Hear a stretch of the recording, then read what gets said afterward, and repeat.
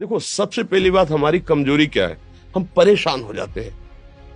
संसार में देखो तो परेशान, परमार्थ की तरफ देखो तो हम परेशान हो, ये हमारा आदत स्वभाव बन गया परेशान होना। थोड़ा सा धैर्यवान बनो, गंभीर बनो। कोई इस भारी से भारी विपत्ति में परेशानी स्वीकार करके विपत्ति से थोड़ी निकला जाता। सुलझो, ठीक है, विपत्ति आई, समस्या आई, इसका समाधान होगा।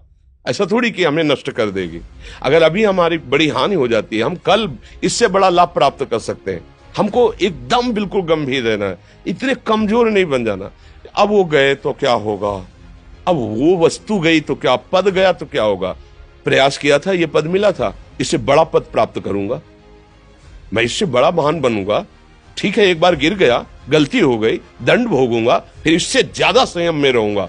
बिल्कुल मतलब एकदम फ्रेश दिमाग रखना चाहिए। पर अपने लोग क्या है, जरा सी बात में एकदम पछड़ा कर लेते हैं, एकदम कमजोर हो जाते हैं। ये बिल्कुल ठीक नहीं है। हम जीवन भर की यात्रा की बात कह रहे हैं, भारी से भारी कष्ट में भी मुस्कुराना, तो हमें बल मिला है, हमें भगवान की कृपा का दर्शन हुआ है, हमें उनका दुलार दिखाई दिया है। अगर ऐसे तो भाग जाते, फिर परमार्थ में थोड़ी चलना होता है। आज जो आप सुन करके लाभ लेने की चेष्टा कर रहे हो ना, ये केवल प्रवचन नहीं है, ये जीवन है। अगर ये जिए ना होते ना तो ये इसका प्रभाव नहीं पड़ता, फिर वाणी का प्रभाव नहीं पड़ता। हम इसीलिए कहते हैं, जैसे आप लोग एकदम परेशान हो जाते हैं, तो बोलो क्या हमसे ज्यादा परेशानी होगी?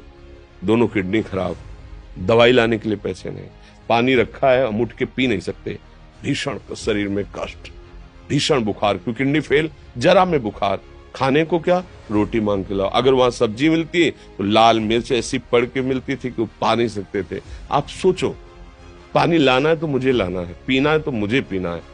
अगर मैं हारता तो कहां पहुंच जाता, क्या स्थिति होती? नहीं, मरना है। पर कदम पीछे, कोई दिन ऐसा नहीं जिस दिन सेवा ना की हो, जिस दिन सेवा ना गए हो। गुरु जी की सेवा में जाना है, पहले अपने को स्वस्थ साबित करना है, नहीं वो सेवा नहीं लेंगे। तुम बीमार हो, तुम कष्ट में, वैसे उनकी दृष्टि परेशान थी, उनकी सेवा की, आके लेट गए। फिर हिम्मत की, अपनी श्री जी की सेवा की, मधुकरी नहीं गए, 3-3 4-4 दिन भोजन नहीं गए, पर सेवा नहीं छोड़ा, दिनचर्या नहीं छोड़ी।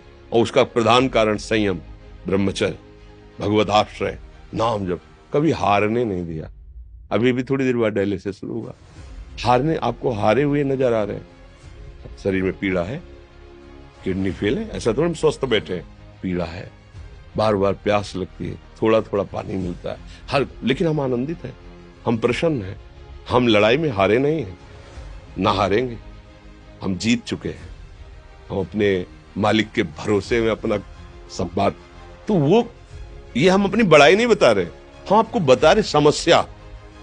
सोचो, तुम्हारे पास तो माँ है, भाई है, बहन है, परिवार है, कोई ना कोई तो है ना। मेरा किसी ने कभी जीवन में ध्यान भी नहीं दिया। क्यों? बचपन से बाबा जी बन गए, किसी से प्यार नहीं, किसी से संबंध नहीं, कोई जानकारी नहीं, हम कहाँ हैं, वो कहाँ है, किसी से कोई मतलब नहीं। अच्छा, जवान साधु कौन श्रद्धा करे? कभी गांव जाने की हिम्मत नहीं पड़ती कि रोटी मांग ले, पता नहीं लोग क्या सोचेंगे, क्या भावना कर ले। हम दरवाजे पे खड़े हैं, क्या कैसी भाव, तो जो हमारे सामने आकाश वृत्ति से आया यौवन अवस्था में, वही पाया, अन्यथा भूखे रह गए। जब हम हर समय अपने को विवेक के द्वारा सावधान रखे, तो हम कभी निराश नहीं हुए, कभी उदास नहीं हुए, कभी ऐसा नहीं लगा कि यार हम दुखी, कभी नहीं लगा। उसी का फल है कि उस सुख का संकेत मिल गया जहां दुख की निशानी भी नहीं है। वही उसी के बच्चे हो, हम सब उसी धातु से बने हुए हैं। हम इतना क्यों परेशान हो जाते हैं? हम ये देखते हैं, अपने लोग थोड़ी बात बिगड़ गई परेशान, नहीं बिगड़ी तो बिगड़ जाने की संभावना में परेशान है।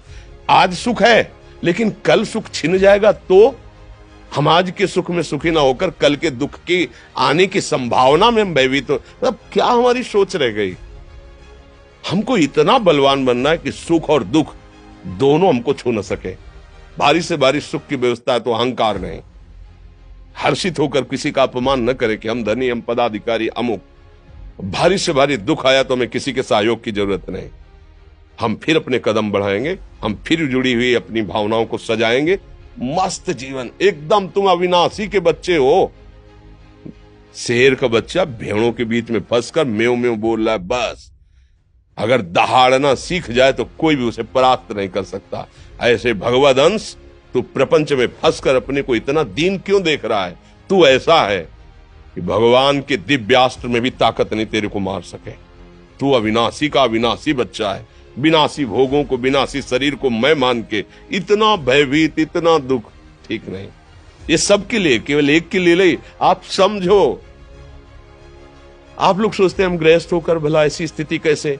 जनक जी सुखदेव जी के गुरु हैं और राजा हैं, महल है, रानियां हैं, नौकर है, चाकर। क्या सुखदेव जी जिनके शरीर में लंगोटी भी नहीं है, दिगंबर, परमहंस, परमहंस के गुरु हैं जनक जी जो राजा हैं। समझो, आप ऐसा ना सोचे कि हम नौकरी कर रहे हैं, हम संसार में, हम गृहस्थ हैं, हम आध्यात्मिक की ऊंचाई पर नहीं चढ़ सकते। नहीं, आप एक सरकारी नौकरी या आप किसानी या व्यापार करते हुए आप एक अध्यात्म की ऊंचाई में चढ़ सकते हैं। और अध्यात्म ही है जो तुम्हें इस माया के दुख सुख से ऊपर उठा सकता है। दूसरा, चाहे जितनी संपत्ति आ जाए, आप सुखी नहीं हो सकते। सब देख लो, आंख खोल के देख लो। अध्यात्म ही है जो तुम्हें हर कष्ट सहकर मुस्कुराकर जीने का रास्ता बता देगा कि आप आनंदित हो जाओगे। कुछ नहीं बिगड़ा। अध्यात्म है तो कुछ नहीं बिगड़ा, अध्यात्म नहीं है तो कुछ नहीं बना, कुछ हाथ नहीं लगने वाला।